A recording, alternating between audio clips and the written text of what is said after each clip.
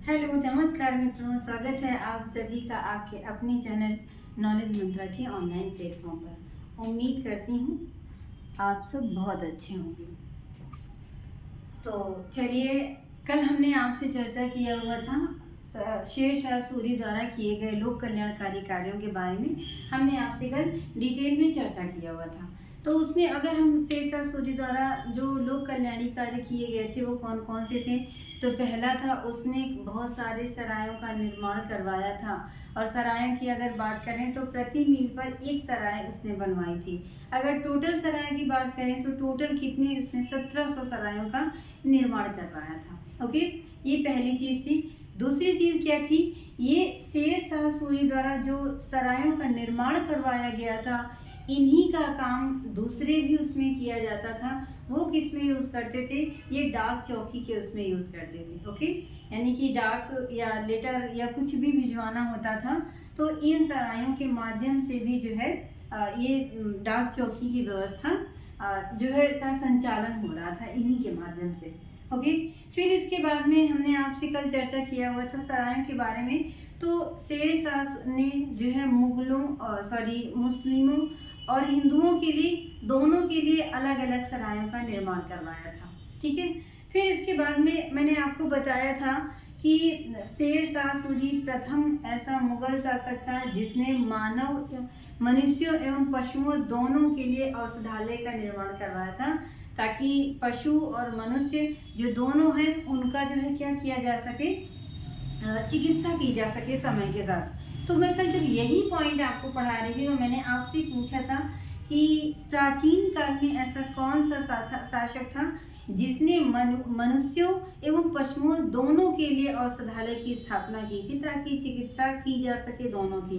तो आंसर होगा आपका कि अशोक ऐसा शासक था जिसने अपने स्तंभों के माध्यम से, यानी अशोक द्वारा जो स्तंभों का निर्माण करवाया गया था उसमें पाया गया है कि अशोक ने चिकित्सा के लिए जो है मनुष्य एवं पशुओं दोनों के लिए जो है क्या किया था, चिकित्सालय का निर्माण करवाया था। ओके, फिर इसके बाद में हमें आपसे बात करना था कि इसने 4 प्रमुख सड़कें थी जिन सड़कों की वजह से शेरशाह सूरी का नाम आज इतिहास में दर्ज है और उसका हम बहुत गहन तरीके से अध्ययन करते हैं और इसका नाम भी अपने इन्हीं कार्यों के कारण उजागर हुआ। ओके, तो इसने 4 प्रमुख सड़कें बनवाई थी। कौन कौन सी थी, उन सारी सड़कों के बारे में अगर डिटेल में जानना है तो आप प्लीज़ कल का वीडियो देख लेंगे, सारी चीज़ें क्लियर हो जाएंगी। ओके, फिर हमने आपसे चर्चा किया हुआ था कि शेरशाह सूरी का समकालीन जो इतिहासकार था वो अब्बास था, सरवानी था। लेकिन अगर हम आधुनिक जीवनीकार की बात करें तो आधुनिक जीवनीकार जो थे वो डॉक्टर कानूनगो थे। इन्होंने क्या किया, इन्होंने इस पर यानी कि शेरशाह सूरी पर रिसर्च किया, बहुत गहन रूप से रिसर्च किया और इसके द्वारा किए गए जो महानतम कार्य थे इनकी उपलब्धियों को जो है उजागर किया, जो कि हम और आप आज उन्हीं के माध्यम से अगर शेरशाह सूरी के बारे में अगर कुछ भी पढ़ते हैं तो वो देन किसकी है, डॉक्टर कानूनगो महोदय की है। ओके, तो मैंने कल यहाँ तक आपको बताया हुआ था। अब आज हम क्या पढ़ने वाले हैं, आज हम पढ़ने वाले हैं कि शेरशाह की सांस्कृतिक उपलब्धियां, इनके बारे में जानने वाले हैं। सांस्कृतिक उपलब्धियों में जैसे इसके स्थापत्य के कौन कौन से स्थापत्य का निर्माण किया, कौन से नगरों को बसाया, उसके समय पर कौन सी पुस्तकें लिखी गई, उसके समय पर शिक्षा का स्तर क्या था, इस तरह से जो है ये सारी चीज़ें आ जाती हैं सांस्कृतिक उपलब्धि में। तो अगर हम बात करें शेरशाह की सांस्कृतिक उपलब्धियों के बारे में तो पहली उपलब्धि आ जाती है कि आपसे क्वेश्चन पूछता है कि शेरशाह का मकबरा कहाँ पर स्थित है। तो शेरशाह का मकबरा सासाराम में बनवाया गया है। और किसने बनवाया था, सबसे बड़ी चीज़ है कि शेरशाह ने अपना मकबरा खुद बनवाया था।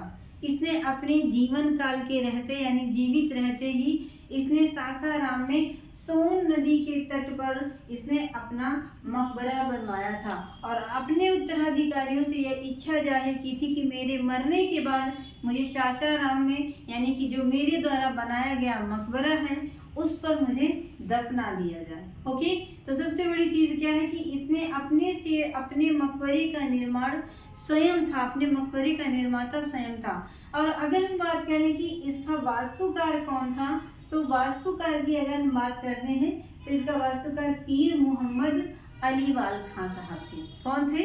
पीर मोहम्मद अलीवाल खां साहब थे।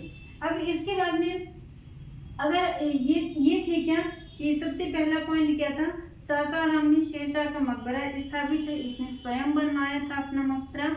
और इसके वास्तुकार कौन थे, तो इसके वास्तुकार पीर मोहम्मद अलीवाल थे। ओके, फिर इसके बाद में ये मकबरा इसकी द्वारा बनवाया गया मकबरा कैसा था, तो ये एक अष्टकोणीय मकबरा था। ओके, कैसा था, ये इसकी विशेषता थी शेरशाह के मकबरे की कि ये जो है अष्टकोणीय मकबरा था और ये झील के बीच में ऊंचे चबूतरे पर निर्मित है। यानी कि ये जो सासाराम का मकबरा है, तो जो शेरशाह सूरी का, तो बीच के चबूतरे पर इसके मकबरे का निर्माण कराया गया है और आसपास इसके क्या स्थित है, झील स्थित है। और सबसे बड़ी विशेषता क्या है कि ये एक अष्टकोणीय मकबरा है। ओके, फिर इसने क्या किया था, दूसरी उपलब्धि क्या थी, इसने दीन पनाह को तोड़कर पुराना किला के भवनों का निर्माण कराया था। किसने?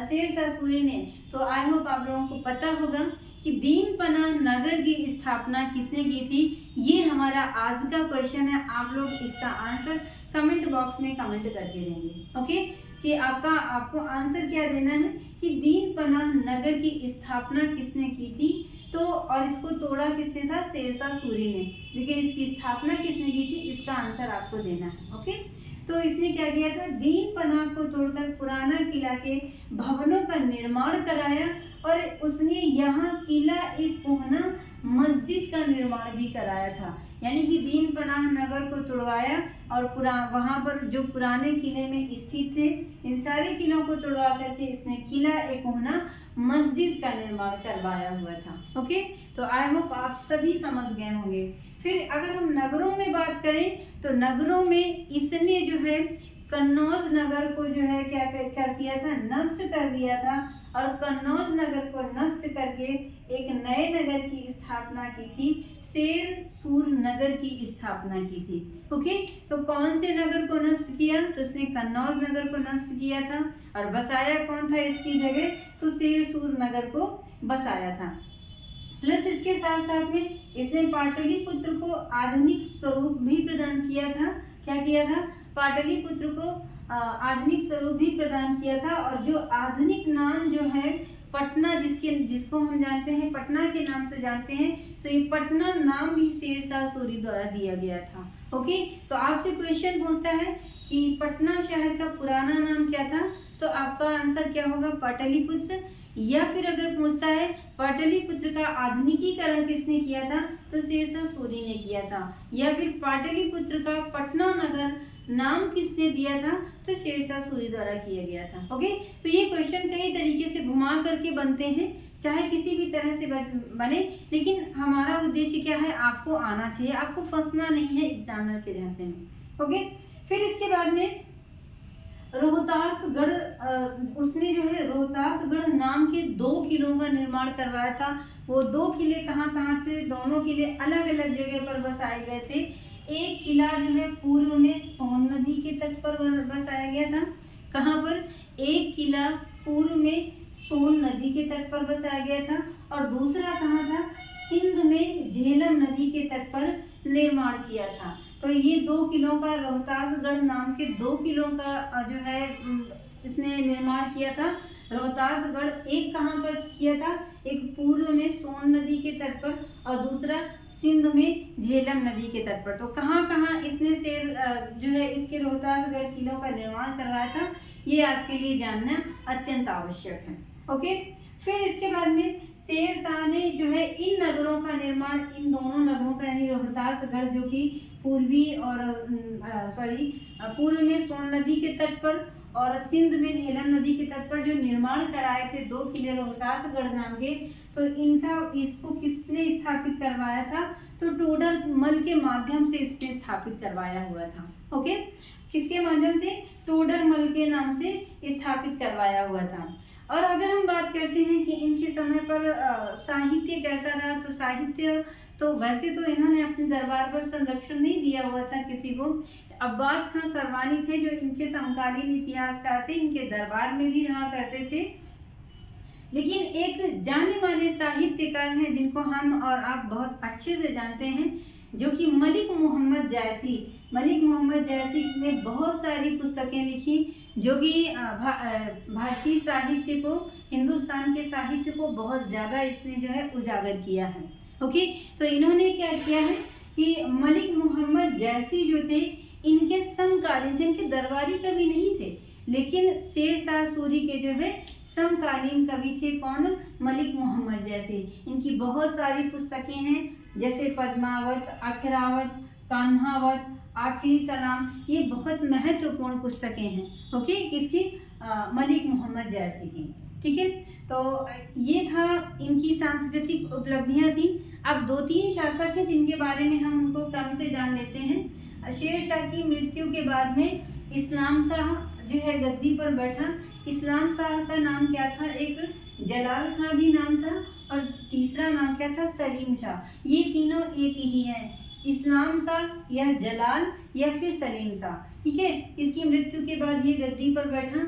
फिर जब इस्लाम शाह की मृत्यु हो जाती है, फिर फिरोज शाह गद्दी पर बैठता है। फिर मुवारिस खां आदिल शाह बैठता है गद्दी पर, और जो अंतिम सूर शासक होता है वो कौन होता है? सिकंदर सूर होता है। और इसी समय सिकंदर सूर से ही सत्ता छीन करके जो है किसके हाथ में पुनः चली जाती है? मुगलों के हाथ में। तो 1555 ईस्वी में हुमायूं और सिकंदर सूर के मध्य युद्ध होता है, और अफगानों से पुनः शक्ति किसके हाथ में चली जाती है? एक बार मुगलों के हाथ में चली जाती है। ओके, तो ये थी सारी इनकी शेरशाह सूरी की सांस्कृतिक उपलब्धियां व क्रमवार जो शासक हुए हैं अंतिम समय तक उनके बारे में। तो बच्चों, आज हमने शेरशाह सूरी द्वारा जो महत्वपूर्ण क्वेश्चन बनने वाले थे शेरशाह सूरी के टॉपिक से, उन सारे क्वेश्चंस के बारे में, उन सारे कंटेंट के बारे में हमने आपसे डिटेल में डिस्कस किया। ओके, अब नेक्स्ट डे हम अकबर के बारे में वीडियो लेकर के आएंगे, और आज हम अपने वीडियो को यहीं पर विराम देना चाहेंगे। लेकिन एक बार जाने से पहले आपसे ज़रूर कहेंगे कि अगर आप पहली बार चैनल को विजिट कर रहे हैं तो प्लीज़ हमारे चैनल को सब्सक्राइब करें, ज़्यादा से ज़्यादा शेयर करें, और लाइक व कमेंट करना मत भूला करें। जो भी मैं क्वेश्चन पूछती हूँ उसका आंसर आप लोग ज़रूर दिया करें कमेंट बॉक्स में। ओके, कमेंट्स करके। तो चलिए, बने रहिए हमारे साथ, आप लोग स्वस्थ रहिए, मस्त रहिए, अपनी स्टडी भी कंटिन्यू रखिए, क्वेश्चन पेपर बहुत ज़्यादा सॉल्व करते रहिए। ठीक है, तो इसी के साथ मैं अपने लेक्चर को विराम देना चाहूँगी, और कल नए वीडियो के साथ आपके समक्ष उपस्थित होंगी। तब तक के लिए धन्यवाद।